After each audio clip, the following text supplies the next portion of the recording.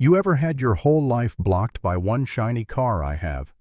And it wasn't just any car, it was a Porsche 911 parked right across my ranch gate.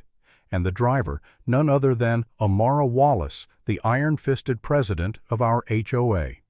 Weeks later, that Porsche was nothing but a crumpled heap of steel under 60 tons of tank treads. But before we got there, I lived through a war I never asked for, and it damn near broke me. The first time I saw it, I thought it was some kind of mistake, a guest turning around maybe, or a lost delivery driver. But no, there it sat polished and proud, gleaming like a silver trophy under the Texas sun, blocking my only entrance. I stood there, coffee mug in hand, staring like I'd stumbled into a bad joke. Except the punchline wasn't funny. That gate wasn't just wood and hinges, it was my lifeline. Without it, no deliveries, no visitors, even my own truck sat trapped like a bull in a corral. And then up the gravel driveway strutted Amara Wallace. Always pearls, always lipstick, always that politician's smile with sharp teeth hiding behind it. She smirked at me, waved a manicured hand toward her Porsche, and said, "Jaden, this is HOA-regulated curb space." Perfectly legal. I told her it wasn't curb space at all. It was my private easement written in black ink on my deed. She knew it. I knew it. But she just laughed that rehearsed laugh and strutted back across the street, leaving her throne on wheels planted in front of my life. That day my Amazon delivery never came. A buddy had to park 3 blocks away and hop my fence just to visit. Even the mailman muttered something about rich people problems as he shoved envelopes into my hand out by the road. But I kept telling myself tomorrow it'll move. Except it didn't. The next morning there it was again, same angle, same smirk on Amara's face when she pulled away.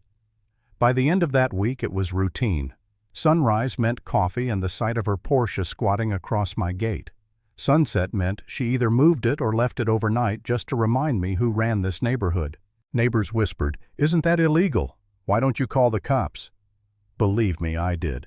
But the officers took one look at the HOA paperwork Amara shoved in their faces and shrugged. Civil dispute, they called it, cop talk for not our problem.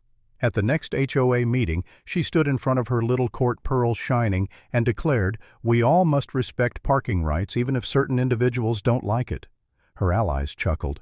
Her cronies nodded, and I sat in the back row with my jaw clenched so hard I thought my molars might crack. It wasn't just the inconvenience that burned me, it was the principle. That gate was the line between my home and her control, and she had planted her Porsche on it like a flag on conquered soil. I'd fought real wars overseas, but here I was losing a battle on my own damn driveway. Weeks passed, and every polite option failed. I tried notes she taped one back to my mailbox with "nice try." HOA rules supersede your opinion scrawled across it. I tried showing paperwork, survey maps, deeds, county records. The board brushed it aside, gavels coming down like executioners. My lawyer said I had a case, but it would take years. Years. Meanwhile, my barn repairs, stalled lumber deliveries dumped miles away. Friends stopped visiting. Even family gave up trying to get through. One Friday night, I set the grill laid out, steaks, poured drinks for my sister and her kids, and when they arrived, they called from the road, "Jaden, we can't get through. Should we just head home?" I looked at the table I'd set at the food going cold at the empty driveway behind that Porsche. I told them to go on without me, then I marched across the street and banged on Amara's door. She opened it in a silk robe, wine glass in hand, that razor smile slicing me in two.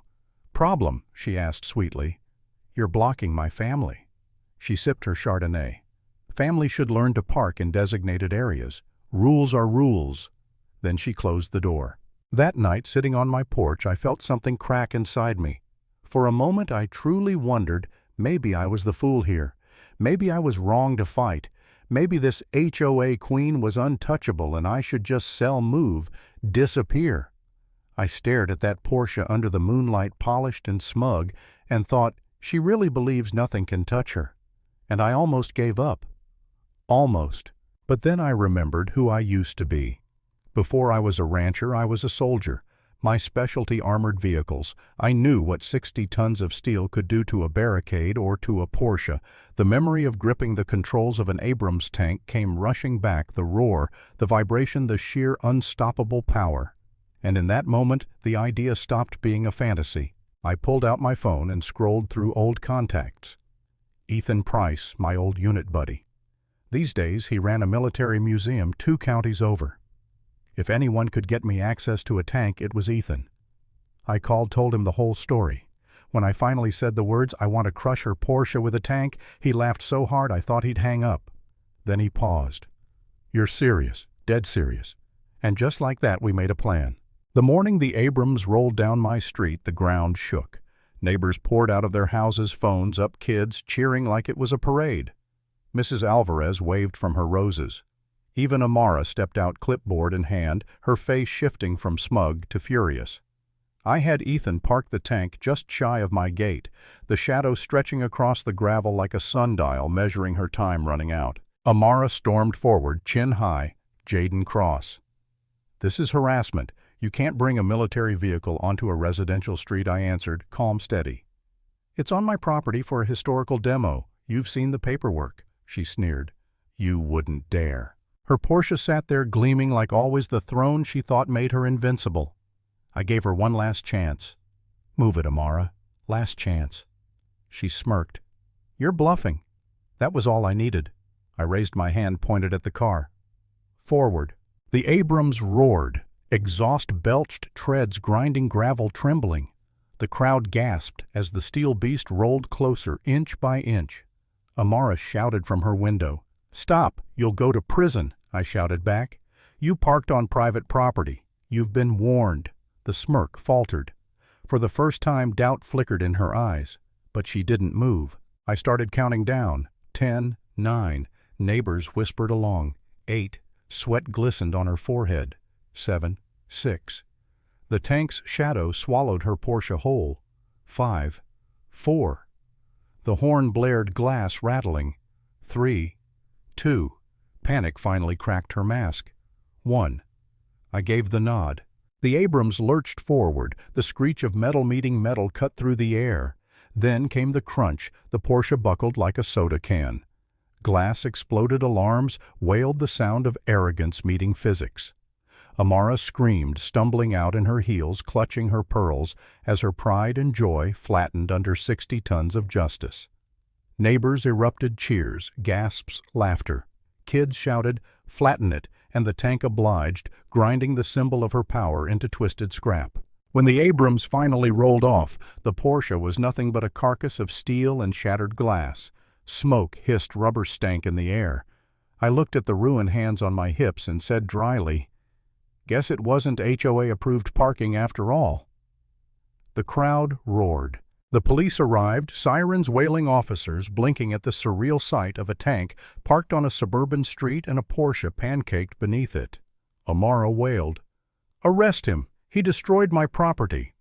But this time Officer Daniels held up my deed, pointed at the live streams half the neighborhood had recorded, and said, "Ma'am, your vehicle was illegally blocking private access.